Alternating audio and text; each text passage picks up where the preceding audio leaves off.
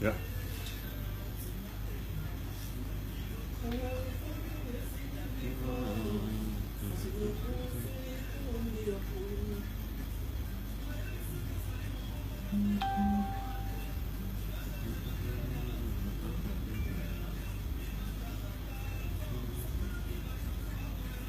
Bonsoir. Le nom photo bête à ma solo à Botos. Bête à ma solo à Botos, c'est vraiment. Merci, Pédia Boye, madame, la carte restaurant de Bâche Kilo Mboka. Thank you very much for being here for us tonight. Thank you, thank you, thank you, thank you. Today we need to talk about respect. Aujourd'hui, on va parler du respect. Respect, c'est très important. It's very important. We need to talk about respect. Toza kosola makambo tosi lelo eza sujet moko très important. Ils ont affecté ma famille, ils ont affecté bana, ils ont affecté ma business, ils ont affecté communauté, ils ont affecté vignon surtout. Alors, nous avons invité Bino Bandeko Nangai, vous avez connecté, vous connecté, tout solo là. Ma solo n'a pas besoin vraiment de contribuer à ma solo, qui sont juste au compte à ma caméra, tout solo là. Vous ne pouvez pas participer, vous ne participer. I'm really inviting you tonight because every Tuesday I always talk about something. And I realized that there's something going on in our community, especially in African black community. We have lack of respect. That's why tonight I need to talk about the respect. I thank you all of you there out there right now. Follow us on Facebook, our live page. Thank you for being here. Vraiment, nous avons besoin de mon respect. Respect vraiment, ils ont affecté, vraiment, ils ont accepté, ils ont affecté, bah, mingi na katia communauté na biso. Tu as nos respect zanini, ok? Boto c'est zanini. Ce soir, je vais parler du respect. Respect, respect, respect. Respect de ma cambo. Boto c'est de ma cambo. Et là, on doit savoir pour tout le monde respecter. Si vous avez tout ça, selon une photo ça, nous avons un point clé moko, nous avons coupé ça, mais nous avons besoin de vraiment tout sur la maramon de les alliés.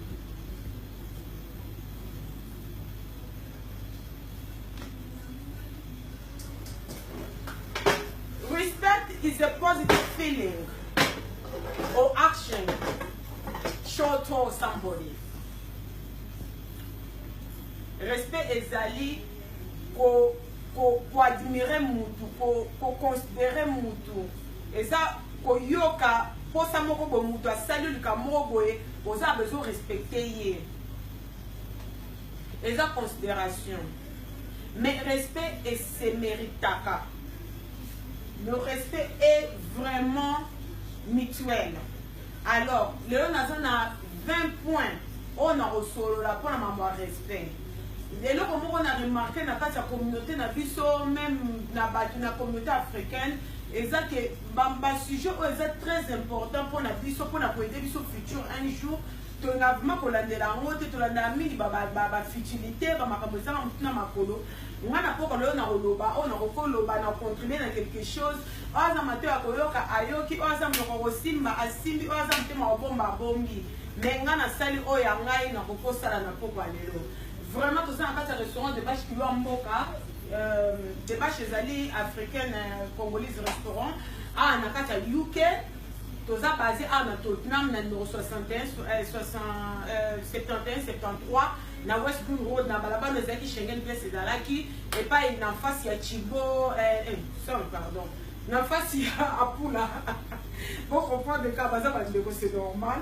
Nazomela moi maya moto na lemo neza bien pour la santé to la on go surtout. Respect est vraiment important pour la biso. Alors, pour la liboso na kata makambo na lobela ezali respect is a positive feeling or action shown to somebody. Yes. You need to be connected to somebody to see that this person is respecting you and you're respecting the same person as well. Okay? Respect est mutuel. Respect ezali na 5 points et 20 points pardon naza à 20 points na kopesa awa na pokwa lelo oyo ezosalaka eloko nini tokoki kosala eloko nini tokosala mpona to mériter respect wana ou bien respect wana ezala ya biso et respect d'abord ese méritaka respect ese méritaka il faut o mériter yango you need to earn the respect. What can you do to earn that respect, to get that respect from somebody? How, comment faire pour avoir ce respect-là, pour que quelqu'un te respecte? Qu'est-ce qu'il faut faire? C'est ce que je vais parler ce soir. Alors je vous invite mes amis à partager cette vidéo, à inviter les gens à venir parce que c'est un point très très fragile. Il y a beaucoup de gens qui sont en train d'être affectés à cause de ces problèmes de respect. Il n'y a pas de respect. Quand il n'y a pas de respect, c'est là où il y a des problèmes dans notre communauté parce qu'il n'y a pas de respect. Respect de la tête tant que moto ces alliés qui ont affecté par te donner dans la communauté, il y a moins de a besoin de sur la macambo on a pour aller là, dans 20 points. On a coupé sa bino pour na ko bête le solo il y a respect. Il y a liboso. How to get people to respect you. The first one is honor what you're saying. Always honor what you're saying. Donc, eloko ni ko sala pona ko zwa respect, pona batu ba respecter yo. Eloko liboso ezali honor what you're saying. Donc, ndenge se ko soko honor what you're saying, ezaleti oza ko respecter makambo lobi. Avant le likambo, il faut nous connaître est-ce que nous allons accomplir les likambo? Est-ce que nous allons côté les likambo? Est-ce que nous allons honorer yango? Likambo wana o nazo lingana sala. Na ko honorer yango. Ceux qui osali na moyen te kolakate, compromettre te so ko sala te vraiment. Il y a un des points liboso il faut kolande là. Point liboso na stratégie pour na ba respecter yo pour respecter batu. Ezali que yo il faut respecter maloba na yo. Il faut honorer makambo soloba. Ceux qui ont coquille la qualité qu'on le battait au maloputa. N'est-ce pas? Et puis si moi que normalement on a tout lobby. Mais on est qu'on était. Oh et puis si moi on me maille. Moi na mutu na et déjà qu'on me maille na tout lobby. Mais yo me mi moi na té. Au comme vraiment le puta. Moi na coupé sur respect pour baka. Madame Zelaya, Mama Mizedaya, she always say that she never accomplish what she's saying. Respect d'abord, les que non, il faut accepter, il faut honorer ma cambo, osa compromettre. One is a point liboso. Point bibale ezali, kole ki se la baninga tangute. Don't waste people's time. Okay? Il faut qu'il y ait un objectif. Et c'est le roi mi balé, surtout si vous êtes pas dans la busy. Pour que n'était na ba makamomo bozo kende na likamomo boza na robongote ozo l'extra baninga air. Exactement. Alors, pour mi balé ezali que non. Et on est pas stratégie non que les mois rapide pour te bandi live na retard, non que les rapide. OK? Nous avons besoin de sur la makambo rapide. Il y a des choses ezali, il faut qu'on y ait honorer maloba na yo. Il faut qu'on honorer maloba en anglais honor your word. What you saying? When you promise something, go and make it happen. Don't just say it and don't do it. That's not good. So always honor your word and stand by your word. When you promise to go somewhere, go. When you say I'm going to be there at 5 o'clock, try to be there on time. That's the first one. People's going to respect you for it. The second one is don't waste people's time. Quand il y a un objectif, solo la bête du solo, si les samudaza disent que ça m'a ramené pour ça m'a ramené. Moi n'ami bali, ami sato. Don't talk bad about people. Gossiping. Et ça m'a besoin de respect. Il faut aussi qu'akobeta kama solo abatu. Et ça m'a bé, et ça très très dangereux. Yami Satezali, il faut aussi que songi. Si on a besoin de respect, il faut aussi que songi. Gossiping is very bad. Pour le barama muningate, les besoins de solo mutu, le koye ba ke mutu na peut-être dans sa pembe na sa ka net prétendre mutu dans sa pembe na yo. Comme ça là on ça on ko beta na solo ba tuté, là on va solo ba tuté ko tonga mutu té, obeta so mutendeka mabete mutola pa ko tout noter respect za wana parce que soko bandi ko beta masolo abatu na sima mutu wana ko tout na makambo zo koloba à partir la wana manque respect comme ba disrespect yo et comme salité. Alors il faut qu'on éviter ko beta kama masolo abatu. OK? Gossiping is not good. Wana ya misatu. Donc neza boy ya minezali tika kopesa pardon. Donc stop apologizing for no reason. Anything sorry. Anything sorry. Tout tili baku sorry. OK na toilette sorry for no so comme aux personnalité. Okosa biso kosa ba erreur. Biso kosa ba mistake. So kosa mistake, OK, au sengi pardon. Exemple mistake on reconnaître mais c'est comme makamwa mike ba futilité ba makamwa na makolo oza personnalité oza charisme te li comme so sorry et comme mabe.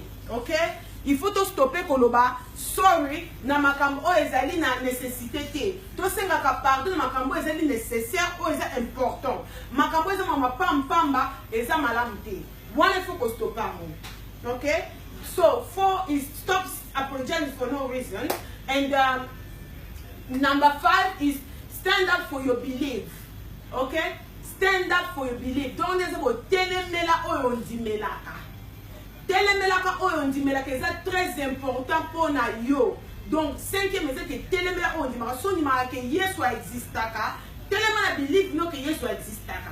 So on ndimaka que Simon kimbangu nde muntu azanzambe na pa na bino ko batu mwindu on ndimaka so on ndimi que nzamba azali. Donc so biliva ke ngana okoma millionnaire tellement na believe na yo. So on ndimaka ke ngana okende poto tellement na believe na yo. Respect za ndengwa okozaka te que o changement na o lelo zali lelo lobi oui, lobi non, lobi ça va, lobi ça va pas, oza position tété. Il faut zalaka straight, il faut tell makana believe now. You need to believe, you need to stand for your belief.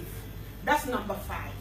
OK, donc ndenge ça boye nazoke na vraiment mbangu. Numéro 6 ezali stop being too nice. Il faut qu'on stoppe vous êtes too nice is not good. Cause la kamoto te cause la mali te faut la position cause la mutu malamu mingi eza bien te o cause respecter parce que ndenge ça boye too nice can destroy you, too nice can kill you, too nice can do bad things about you. You can't please everybody in this world. When you start pleasing everybody, that's the end. Il faut avoir la position. Oyeba koloba nazo na tante donc ils moi na classe na kokose eloko boite. Don't be too nice to make people happy and then you miserable yourself. It doesn't work like that. So number 6 is stop being too nice. Cause like too malamu te mabe makasi. Okay, please everybody te. You can't make everybody happy. Okay? That's number 6. Number 7, speak up when they don't treat you right, okay? When you are mistreated. Soki ba traiter yo bien te. Et pas aux alaka même na communauté na yo, même na famille na yo, même na bana na yo, même na libota, même na maman na bino, même na papa na bino, même place nous sozali au fil ata na église. Soko moni ke bazo traiter malamu te, speak up, loba. Na good manners, na respect, loba. Na likam oyo baza ko traiter malamu te soko fil que injustice est ça quelque part.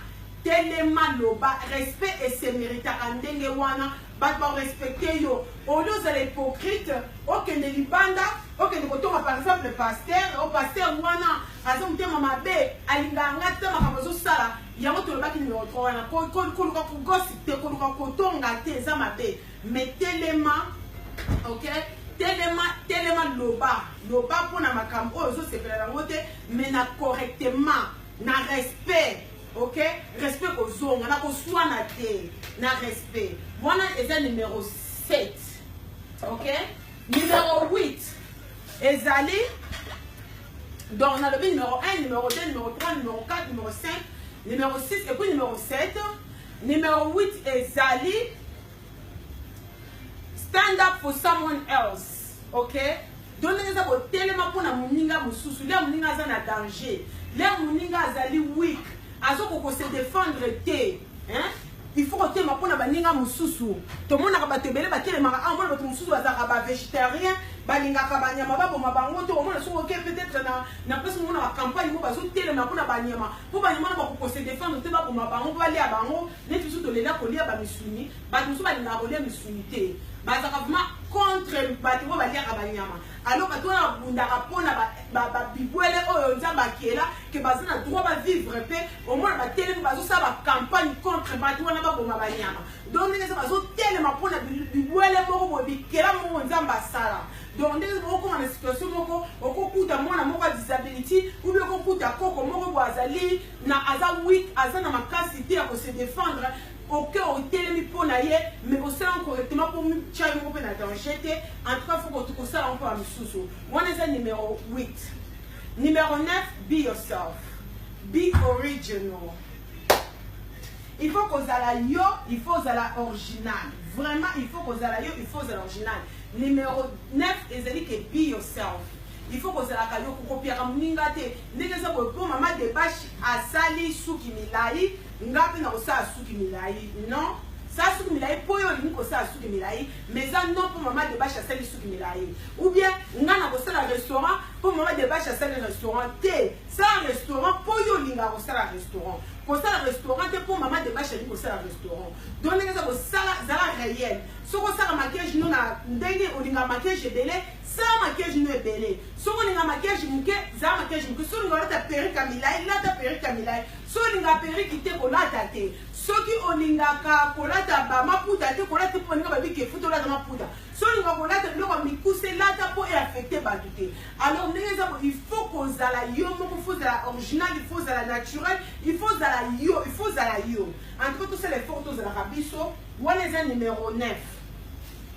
donc ndenge za botoka ba point eza très important et pour aider biso vraiment na kati ya vie na biso normal surtout on a besoin tous na respect ba respecter biso plutôt respecter baninga et ça vraiment important il faut zala yo ozala identité na yo ozala na identité ba yeba yo ozali africaine ozali congolaise ozali proud de kozala congolaise il faut ozala fier na identité na yo loba monoko na bino kozala complexité loba lingala loba kikongo loba swahili eza monoko na bino zala nango zala na identité zala original zala yo ba ko respecter parce que ba yebi pa yo wuti tala différence c'est que biso toza bona ba diama par exemple eza ba ndeko na biso to discriminer ba ngote mais elongo ezala ke air moko ba diama ba yeba ka koloba monoko musuti ka anglais parce que baza babungisa culture na bango mais biso faut toza la fier parce que toza na culture toza ba congolais to uta Congo ba ndeko musu ba Ghanais ba Kigana ba musu baza ba Nigeria ba kamino na bango ba se belé na mboka na bango donc nous sommes fiers de pas ya uta alors tous la fier de pas to uta to garder biso toza ba biso donc we need to be us we need to be you you need to be you and respect yourself and people is going to respect you and you're going to earn the respect. Number 10, do things for others. Trying to do good for others is going to bring you back a lot of blessing. Okay? Il faut que la kaposala makamba malamu pona baninga. So muninga sana pasi edeye sungaye sunga pesa sukoza nango pesa aider baninga basa na pauvreté aider mutu azana pasa za ko mema emsu na kati ya nini boy ou bien mutu azo kende na kati ya métro azana mwana so ngo mema simbisa poussette et ça très important. Believe one numéro 10 toujours ko aider baninga. Numéro 11 believe in your ideas. Bande ko na ngai vidéo non ça tellement rapide fallait pas na ça on mena ko bande la on next week. Donc, nous avons des détails, mais nous avons besoin de tous la kawana, ce qu'on a idée na yo, stand up na idée na yo. Aux Aranaidos, c'est la charité na Congo. Pour la toute manière, aux Sarangans, aux Sarah, tout critiquer. Ce qu'on a idée, au niveau sale comme na yo, tellement pour la idée na yo. Quel est qu'on accomplir? On va te mêler, bah, pour faire la idée parce que papa a besoin de Sony, bah, on s'est caillé sima. Hein? Chose n'a besoin, on le bat les sangs. Les sangs de ma carte. So ozana idée tellement na idée na yo sale lango wana eza numéro 11. Numéro 12 il faut que soin baninga care for others but musu basana disabilité aider bango so kende ka ndenge mo wana mususu il faut qu'on koidara toujours personne en danger luko care pona baninga care pona muninga kolia nini ndeko no mobali no linga mo eloko care pona ye mwana care pona eza très important. Voilà numéro 12. Numéro 13, be good for others. Il faut osala malamu mpona baninga mosusu. Il faut osala malamu mpona baninga. Et ça très importante. OK? Banda na makama mike. Banda kosala makama mike, le kosala makama mike et yo kokuma minene. Zala makasi na ozo sala. Sepela na makama ozo sala. So be good for what you do. Why you do oyo salaka. Et c'est très important. Numéro 13, ezali Chaba valeur ya kitoko na vie na yo. Soza ba valeur a bien. Ozo valeur makambo ozo sala. Neti na maman de bashi na vraiment makambo na sala. Neti bona so betel solo ya makambo e bona so motiver mutu mo libanda kuna et ça nga bien. Na so sa valeur le loko na ndo ndenge za boye. Ata mutu moko atali yango essentiel message eleki. Et c'est très important. Matisa cha value na makambo ozo sala. Mosusu ezali offer help. To do something. Nous avons bâti dans le métro, nous consala ou nous capoe Dakar, et vous savez bien. Monsieur allez control your emotion. Yeah? Don't be too emotional. Donc il faut qu'on contrôle la émotion na yo. Nous devons penser le logo mot se peine na moté mais on se tenir, on se maintenir. Au tel environnement zali, on tel lobby place nazali za malamu te moyen c'est réagir boezate, il faut se calmer, il faut na se contrôler, aucune émotion, au bloquer, au lever OK d'accord, on dit kana kufa. Et ça très important, OK?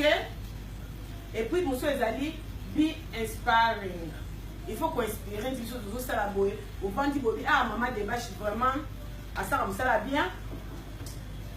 Ça quand nous au restaurant nice. Pour exprimer pour les bandas. Pour un jour, il est passé à la bonne. Sans le paysan. Moussou des alliés. Pour inspirer. Moussou des alliés. Learn how to say no. Bandeko nangai. Na ok, na sujet au next time. Makamus te balwara oui. Il faut le bar non. Dis comme ça, confortable, mais on te boya. Et puis c'est là. Ferme.